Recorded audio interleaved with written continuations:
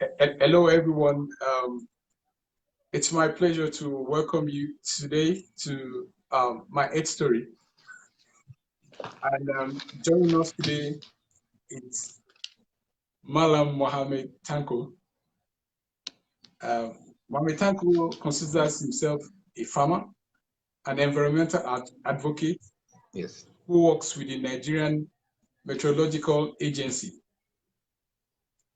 He has a master's in plasma physics and is a board member for the ATO Climate Educate, a climate advocacy organization, an international climate advocacy organization. Tanko will be sharing with us today his experiences with impact of climate change, environmental pollution, and also what he's doing locally and also internationally to make sure environmental impact issues are the forefront of climate policies, at the forefront of encouraging community response to climate change and other environmental degradation impacts. So you're welcome, Mr. Tanko. Yeah, thank you, sir. Great. To start with today, can you give us a little background about who you are? Yeah. Okay, as you have mentioned, my name is Musa Muhammad Tanko. I work with the Nigerian Meteorological Agency as a meteorologist. I started with them, I think, around 2015, precisely, I think, May 2015. That was when I started with the Nigerian Meteorological Agency. So, but before then, you know, at the very beginning, my interest in advocacy started during my university days. Because in university days, you know, we participated in the campus politics because I was once the president of the Nigerian Association of Science Students. That is the umbrella body of the science student of the Faculty of Science. So that was where the spirit of the advocacy started. So, and later on, a lot of things happened. So before joining, when I joined the Nigerian Meteorological Agency, so I saw the need for me, to venture into environmental activism, because that's our primary area of focus.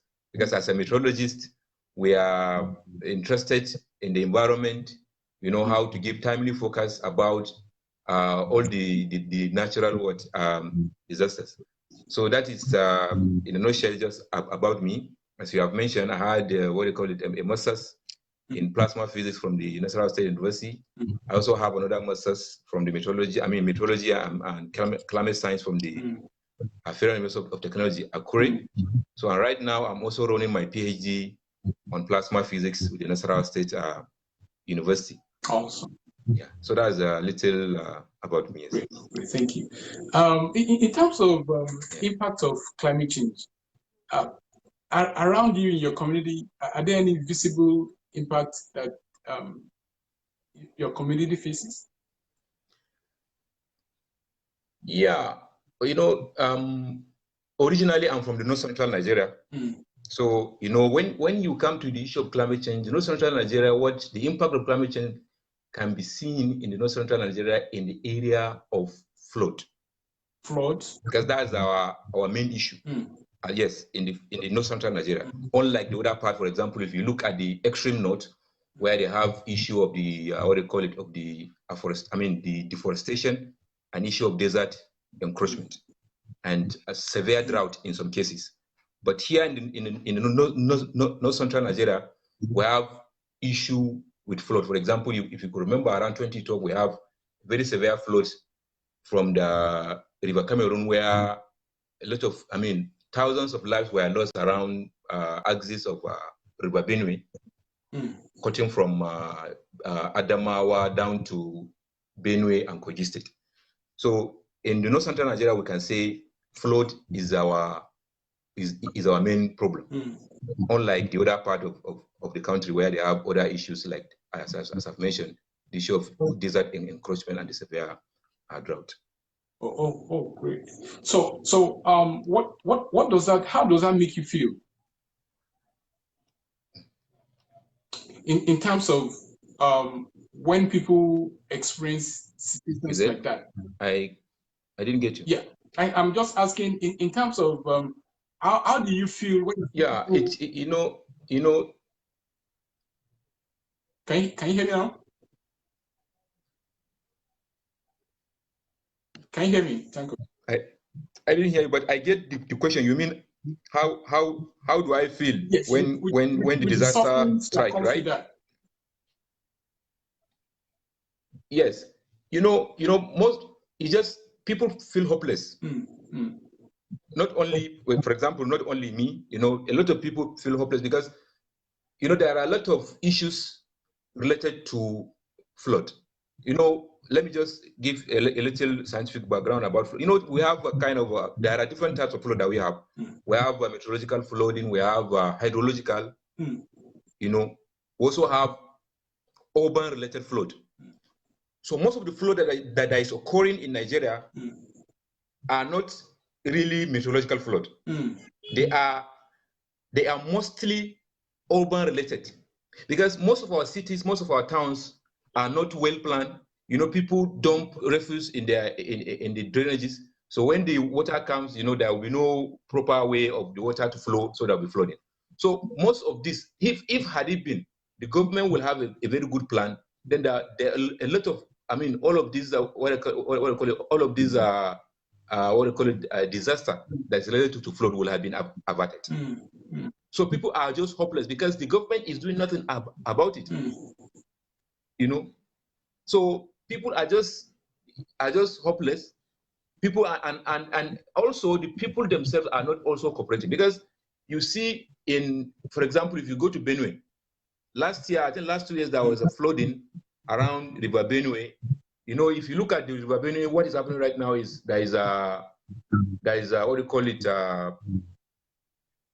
coastal erosion, because all the trees that were there, trying to protect the coasts of River Benue, now are no more there because of the deforestation. So now the sun is now filling into the riverway. You understand? So now the riverway, there is not enough now volume to take the water.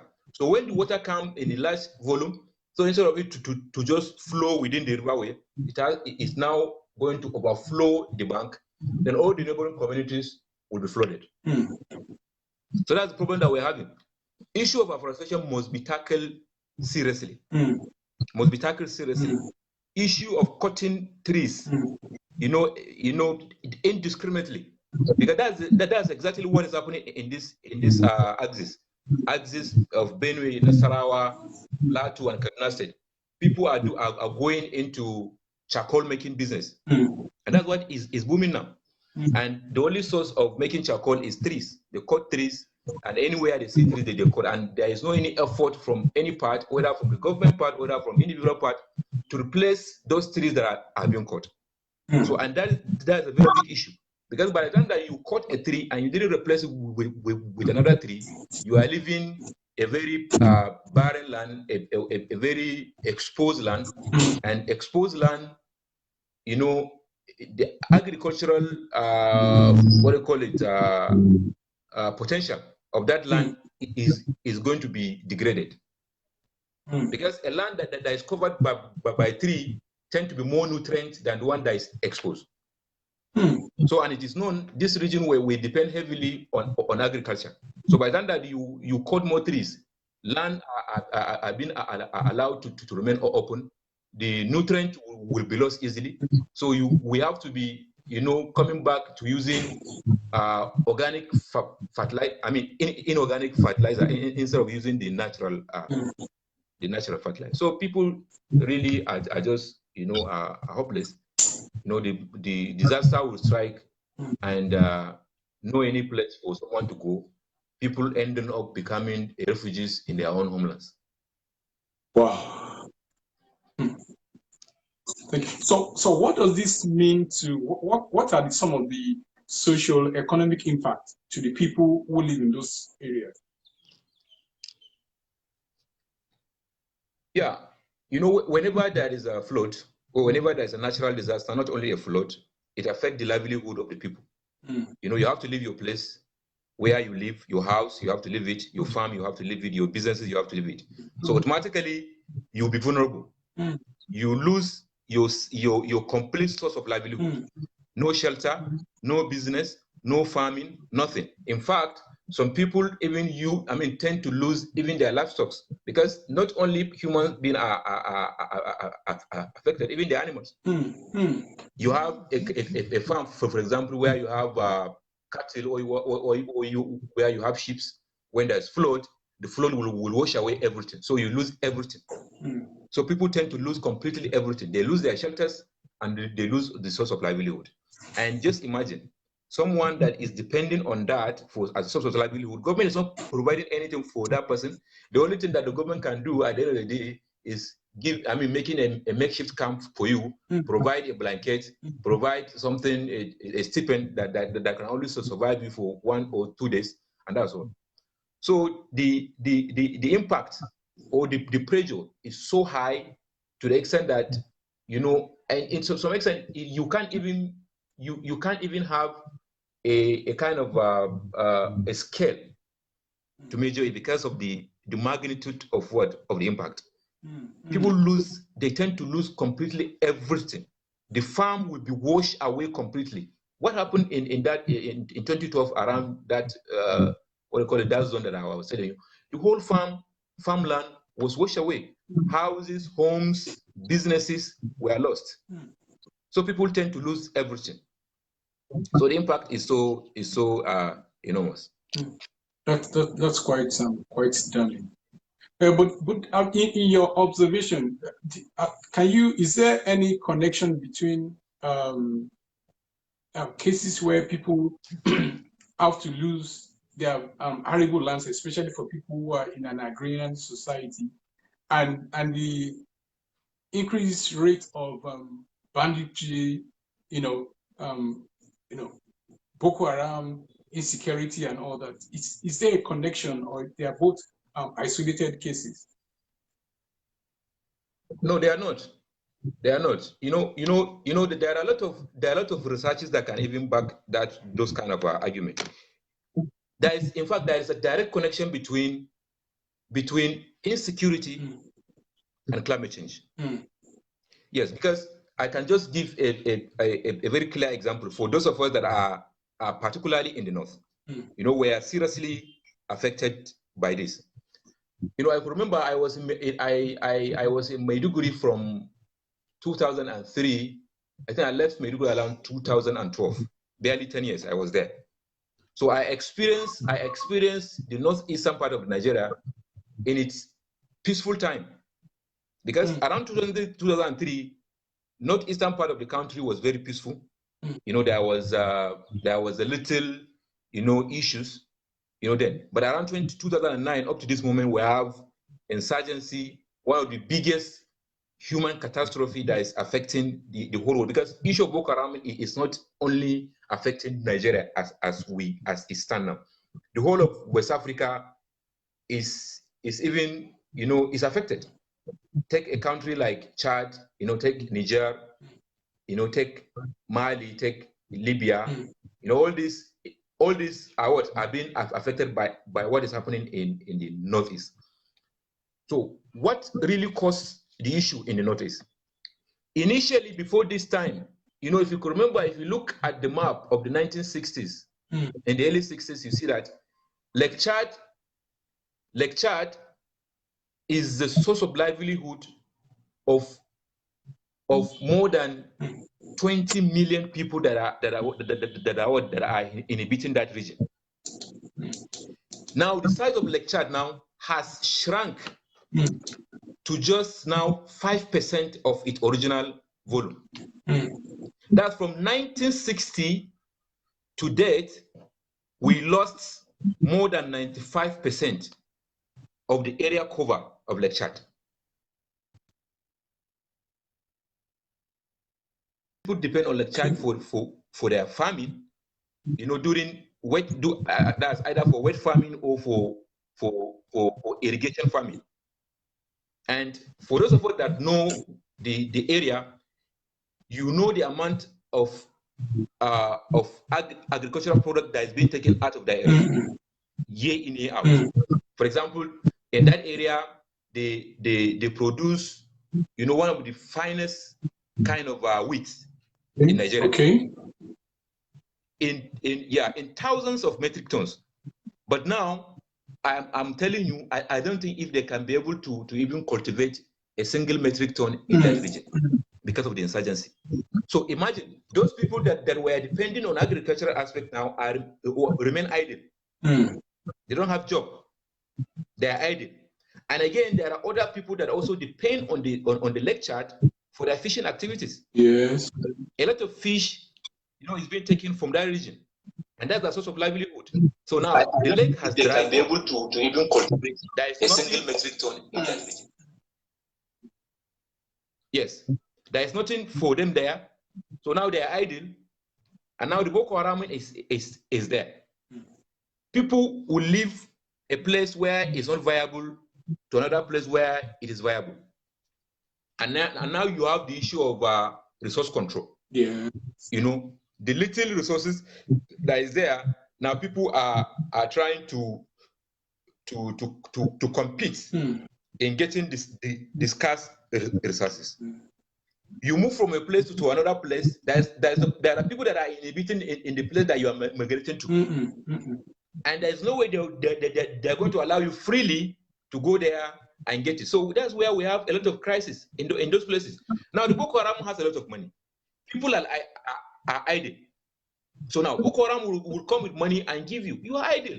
You don't have job. You don't have something to eat. So Boko Haram with a lot of money will just come and give you, okay, take this gun, keep it for me. I'm going to give you 20,000 naira or 50,000 naira. You collect it, you keep the gun. Now tomorrow they will give you 100,000 naira and say, okay, take this gun, take it to social place and leave it there and come back. You know, they will give you another money again. Okay, tomorrow we just want you to hold the gun while you know. So that's how people just got themselves into the crisis. You know, sometimes it's not that people want to participate in the insurgency, but no, the avenue has been provided. Yeah. The avenue has been provided by the climate change because there are a lot of stress on the land, stress on the lake. It has shrunk because of the severe drought. Now, so people don't have the source of livelihood. They lose everything. And they said idle mind is a devil workshop. So there is nothing now they can do unless to continue participating in the insurgency because that is the only source of income right now in the region. No farming, no fishing, nothing. They lost everything. So now you see the connection between what the climate change. Had it been that lake is still flourishing, people will be engaged. There won't be idleness. They will be engaged.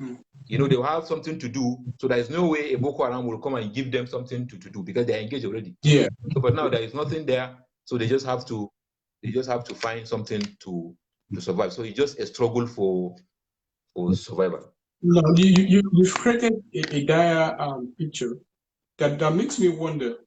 Now, I understand there's a role of the government. I don't know to how well that role is being played, but is there any role that the community and individuals will play in this? One, in mitigating some of those environmental impacts, and two, in building resilience in times like this, if you have a government that is not responsible. Yes, we know it is. In fact, the responsibility of the responsibility of the government and the responsibility of the people is just like 50. Is like a 50-50 something. We're not going to say we're going to rely completely on the government to provide, you know, all the necessary avenue to address this issue. We are all part of the inhabitant of the earth. So it's not only the government that is benefiting, we're also benefiting directly. So, and I think if individuals are going to take it as their individual responsibility to do something about it, it will have been, half solved. I can't say it's going to be completely solved, but it's going to be half solved. Because most of this environmental degradation, environmental degradation is being caused by individuals. People dumping refuse in the waterways. Government don't do that. We do it. From our houses, you have refuse. Instead of you to find a responsible way of burning or of taking care of your refuse, you take it, you give it to somebody, they'll go and dump it in the waterways. You cut down a tree because of maybe because of urban expansion. You want to build a house, and you're not planting another tree.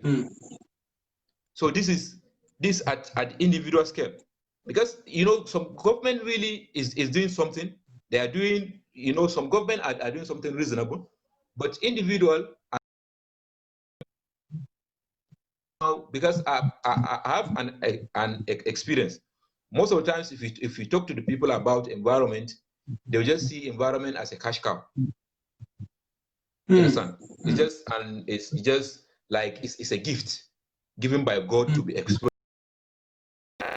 They didn't understand that by exploiting the environment, you have to replenish it, because it can't restore itself. You have to restore it. There is no way you cut a tree and expect a tree to just sprang off from that location. You have to plant another one. So, and if you didn't do that, you just end up one day, you just wake up and see what you were cherishing before now becomes obsolete. Towns and cities, before now, you just have, some, for example, in my area before, you just need to walk just a little 50 meter. Like 500 or 1 kilometer from your house before you get, a very habitable area. But now, because of the expansion, you have to move a very long distance before you can be able to meet trees and shrubs, because everywhere is being taken. It's being taken over by buildings and factories. So this is at individual scales. That's at individual scales. There's no way we are going to say development should not come. But there should be responsible development. Responsible development. Development should be, yes, there should be responsible development. As we are developing, then we should also take care of the environment along. You cut a tree, you plant it. You dispose your refuse properly. You don't just indiscriminately be disposing refuse. So that's what you call it, responsible development. By the time that you just acquire land, you cut all the trees, you erect whatever you want to erect there, then you end up always relying on active source of ventilation, because you need ACs, then you need all, and that's where the issue of burning fossil fuel will come in. Because if there is no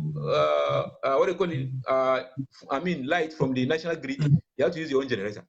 But by the time that you have a lively environment where there are a lot of trees, I'm telling you, you don't need active source of ventilation. You can even have a house completely without an AC. If you plan your environment, you plant enough trees around, you don't need any AC. Because the place will be habitable, will be cool for you. You don't need any active source of ventilation. So, but that's what people don't understand. But that's what. So it takes a very serious pleading before someone will just give you an what they call it, a listening ear. Yes. Okay, but in that context, what is the way out? How do we address the lack of I want to say perceived connectivity that people have between their own livelihood and the environment that they live in? Okay. You know, in Climate Educate, what we discovered was that most of the times, if we attend a forum or a conference or maybe any kind of event, trying to communicate with the elders, with the adults, they tend not to listen to us. In fact, some of them even, yeah, almost everywhere, almost everywhere, people, the adults tend to ridicule us. They will see us as unserious. So what we just understood is that, okay, why can't we now go to the grassroots, go to the children, meet them, catch them young, go to schools, because they are the leaders of tomorrow. We believe that by the time that we impact this kind of thinking into the younger ones, if they grow with this kind of thinking, then there's going to be a change. So we are going to phase out these older generations because they tend not to understand, because already they have a kind of a different notion from the beginning. So now you can't change it. Hardly you change their thinking. So we believe by going to the grassroots, going to secondary school, going to primary schools, meeting these young children, telling them about the impact of the climate, because they are seeing it. It's visible everywhere. There is no way someone will hide it, because flooding, desert encroachment, all these things, all these disasters are affecting everybody, and it's there for everybody to see. So you can even give clear example that is even closer to everybody. In fact, even at their backyard, hardly you can sample 100 children. If you sample 100 children, you'll be surprised to see that 40% of those children were one way or the other are affected by one of these disasters. So they know it. You understand? So that's how we say, okay, let's involve them. Let's go to schools. So, and that's where we create our non-online initiative. Non-online. So we go to schools, non-online initiative, because most of our initiatives initially, as we started the organization, was basically online. We engage with people using infographics and all that. So, but we understand that, you know, not everybody that is using social media. There are people that can listen to us, but they're not on social media. So we have to go out and meet them. So that's why we created the non-online initiative. We go to schools, we go to forums where we can meet people, but our attention is mostly channeled into schools where we can find children, or any kind of forum where there are children. We meet them, we give, we talk to them, and we have a kind of a means where we get our own feedbacks. We get our feedbacks, from them, because time to time after going to those schools, we go back again, and meet them and see the kind of progress that have been made. And also recently, we also created a page on Facebook where the teachers of those schools that we have them on those platforms. Then they are also giving us feedback, and if there is any information that we want them to relay to those children, we give them back to relay it and bring the feedback to us. So in our little way, that's what we have been doing, because we thought that's the only way maybe we can be able to achieve something reasonable, since the adults don't, they seem not to listen and understand. Well, thank you, Mr. Musa Tanko. It's been an interesting time with you today. Thank you so much. I'm wondering, is there, in conclusion, is there any parting shot, any form of advice you want to share with people? Yes. Yeah. I think what I'm going to, I have a lot of things to share with people, particularly for those of us that are involuntary, because most of this environmental advocacy is strictly voluntary. You volunteer without expecting any kind of monetary or material gain from it, because we believe that we are doing this because of our love for the environment, because we want to nurture it. That's just that's the driving force.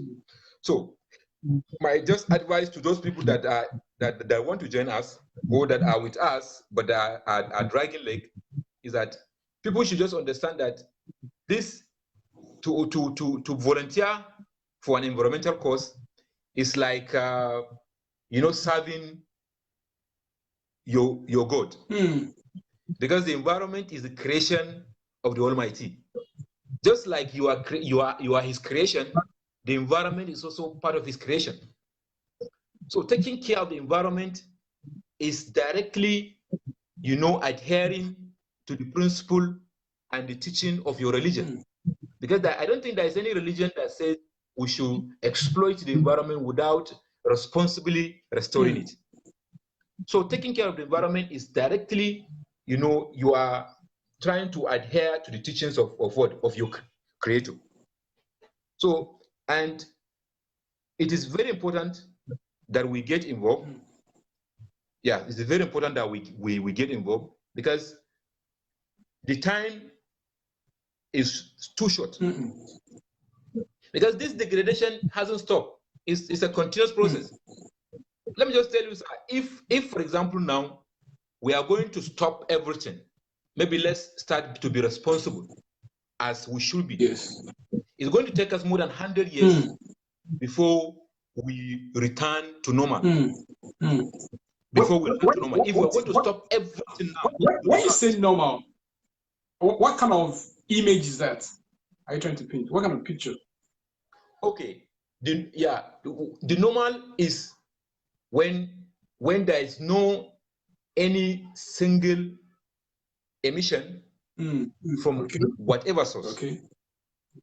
When the environment is clean and clear, when we don't have a polluted water, when we don't have a polluted air, when we don't have, when we have a replenished forest, that is the normal.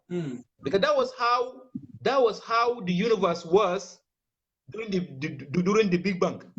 That was how it was before the industrialization. But with the industrialization, a lot of issues come now. You have, air pollution, you have water pollution, you have land. Everything now is polluted. So if we stop everything now, to go back to normal will take us 100 years. So and there is no any sense. I mean, there is no any kind of any kind of a sign that we are going to stop anything now. There's no any sign, because even the developed countries are not doing anything, because all those they are what they call it, their pledges. Some of the pledges are irredeemable. United States, those industrialized, now they want to stop other countries from industrialization. China, India now. Do you expect China now and India to just fold their hands and stop like that? So they won't. So that's the problem. So just imagine. So the problem is just a continuous. So I think what we're just going to do is for us to just continuously managing the situation. Individuals must sprang up. We have to take it as our individual on the government alone. So individually, everybody will have to stand up, cut 1 tree, plant 5, cut 1 tree, plant 5, cut 1 tree, plant 5. Before then, we are going to have maybe a semblance of a normal planet. Well, thank you so much, Mr. Musa Mohammad Tanko. It's been a pleasure listening to you today. Thank you so and much. Also learning from you. Yeah. And I just want to say in conclusion that just like Mr. Tanko has said, okay. The earth is the only place we have, is the only home that we have to sustain all our dreams. And it's important that as we're taking from the earth in meeting our needs, we're also allowing the earth to replenish itself. And we're also in the process of replenishing as well. That is today's episode on My Earth Story. We just heard Mr. Tanko sharing his perspective. And I know the same for each and every one of us, wherever we are, whether we live in the city or we live in a rural area. There are some impacts, some feedback we get from our environment that is not they're not in the right way that would be most suitable for our own health, for our longevity, and for our sustenance on earth. So therefore, it is our responsibility and our role to arise and do something, however little. So thank you once again, Mr. Tanko. So Viewers, thank you for joining us today. We'll be joining. We'll have another episode next week at the same time on My Health Story with another health advocate, just like Mr. Tanko. So thank you. Bye bye. Thank you, sir.